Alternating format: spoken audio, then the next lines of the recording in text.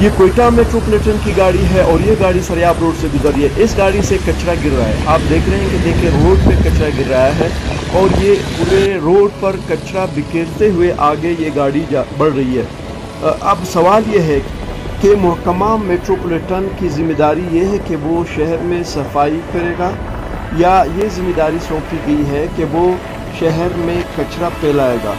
कचरा मुंतकिल करने के कुछ उसूल है, उसे डांप कर ले जाया जाता है, लेकिन कोयटा शहर में मेट्रोपॉलिटन की जो गाड़ियाँ हैं वो कचरे को डांपती नहीं है, जिससे शहर में बदबू फैलती है, जरासीम वगैरह के।